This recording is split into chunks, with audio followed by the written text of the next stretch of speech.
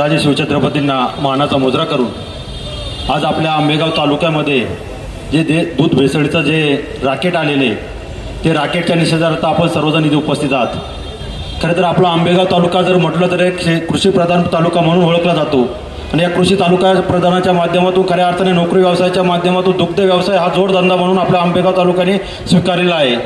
आणि हे करत असताना खऱ्या अर्थाने शेतकरी काबड कष्ट करतो, गायांना चारा घालतो, रतीब करतो, परंतु त्याचा ते रतीवाचे देखील पैसे भेटत नाही.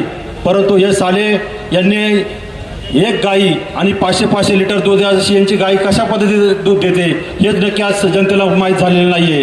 कारण आज जर तुम्ही संकलन करताय, संकलनाच्या माध्यमातून केमिकलचं तुम्ही दूध मिश्रित करताय, शॅम्पू मिश्रित करताय, साल्यानं तुमच्या जिंदगीला जर तुम्ही खऱ्या अर्थाने मर्दाच्या अवलादी असाल तर खऱ्या अर्थाने तुम्ही असं कृत्य करायला नव्हतं पाहिजे. करायला पाहिजे होतं पहिल्यांदा तुमच्या कुटुंबापासून सुरुवात करायला पाहिजे होती, नंतर तुम्ही या जनतेला दूध पाजायला पाहिजे होतं.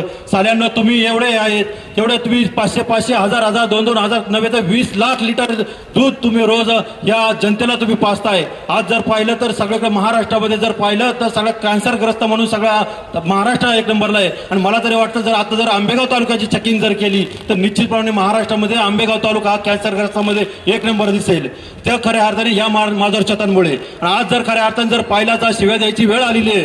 कारण आज जर पाहिलं छोट्या छोट्या टपऱ्यांवरती, छोट्या छोट्या दुकानांवरती आज हे दूध भेसळीचा कार्यक्रम चाललेला आहे. आणि दूध भेसळीचा कार्यक्रम ज्यावेळी तुम्ही संकलन करता, हे संकलन मोड्या डेऱ्यांना जातं. या डेऱ्यावाल्यांना अक्कल नव्हती का? त्यांचं दूध चेक केलं नाही का? दूध जर चेक केलं असतं तर मार्गदर्शकांनी ती आज त्यांना जागच्या जागेवर जर इशारे दिले असते, त्यांचे संकलन बंद केली असती तर आज तुम्हाला एक कृत्य घडलं नसतं. आणि आज लहान लहान मुलांशी तुम्ही खेळताय, आज अरे उगवलेले मोड तुम्ही बुजवण्याचं काम करताय. या साल्यांना पहिल्यांदा खऱ्या अर्थाने आंबेगाव तालुक्यातून जनता कधी बी माफ करणार नाहीये. येणारा काळ तुम्हाला कधी तुमच्या कुटुंबाला कधी पण 7 पिढ्यांना कधी काही उधळून देणार नाहीये. आणि हे करत असताना आज आंबेगाव तालुक्याची परिस्थिती काय? आज जनता आज उन्हातानात इथं आलेली आहे. बरं ठीक आहे, जनतेने तुम्हाला निवडून दिलेले, कुठला पक्ष सर्वपक्षीय आंदोलन केलेले, पक्षाचे बाकीचे कुठे गेले? तुम्हाला जिल्हा परिषद बनवले, पंचायत समिती बनवले, आमदार झाले, तुम्हाला आज इथे येता आलं नाही, त्यांचा जाहीर निषेध करता आला नाही, त्यांना शिक्षा द्यायची का नाही ते करता आलं नाही. आज विधानसभेमध्ये बाहेरच्या तालुक्यामध्ये बाहेरच्या जिल्ह्यातील खासदार आमदार त्याच्यावर बोलतात, तुम्हाला काही बोलता येत नाहीये.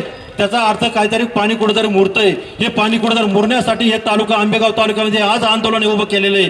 आणि निश्चितप्रमाणे जोपर्यंत याला शिक्षा होत नाही तोपर्यंत आंबेगाव तालुका हा स्वस्थ बसणार नाही. हेच निश्चितप्रमाणे आज तुम्हाला या आंदोलनाच्या माध्यमातून सांगतो. येणारा काळ मित्रांनो लक्षात ठेवायचं. आज इथे बसलेल्या प्रत्येक मुलाचं आज जर पाहिलं तर आपला मूल पिशवी दुधाची पिशवी घेऊन जातो. आज त्या पिशवीतून केमिकल दूध आपण पाजतो. आज जर येणारा काळ किती भयानक आहे हे जर पाहिलं तर येणारा काळ आपल्याला कधी बी यांना माफ करणार नाही. म्हणून जे काही राकेट आहे आज जाहीर नावं आज घेती नाहीत, परंतु मी तर 100% सांगतो यांची जाहीर नावं घ्या. आणि येणाऱ्या काळात जर 8-10 दिवसामध्ये यांच्यावर कारवाई जर झाली नाही, यांचा आका कोण, यांचा बाका कोण, यांचा काका कोण, यांना जर पकडलं नाही तर निश्चितपणे कारवाई जर झाली नाही तर येणारा काळ पुढच्या काळामध्ये जोपर्यंत हे दूध राकेट बंद होत नाही तोपर्यंत मोठमोठ्या डेऱ्या देखील ज्यांना पुरवठा होता त्या बंद झाल्या पाहिजे. हेच मी या आंदोलनाच्या माध्यमातून सांगतो.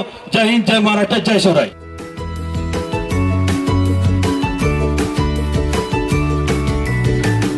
बातम्या शेतीच्या,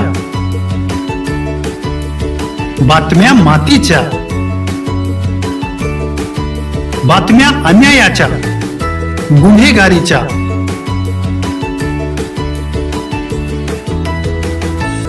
राजकारणाच्या आणि समाजकारणाच्या, शोषणाविरुद्ध बुलंद आवाज, जनसामान्यांच्या हुंकाराची गाज, सत्कार्याला प्रोत्साहन,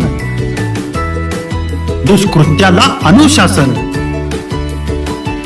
निर्भीड, निस्पृह, सडेतोड, बेधडक आणि रोखठोक म्हणजेच विघ्नहर टाइम्स. शोध बातमीचा, ध्यास सत्याचा. आपलं चॅनल, आपली बातमी. सबस्क्राईब तर कराच, पण बेल आयकॉनवर क्लिक करायलाही विसरू नका.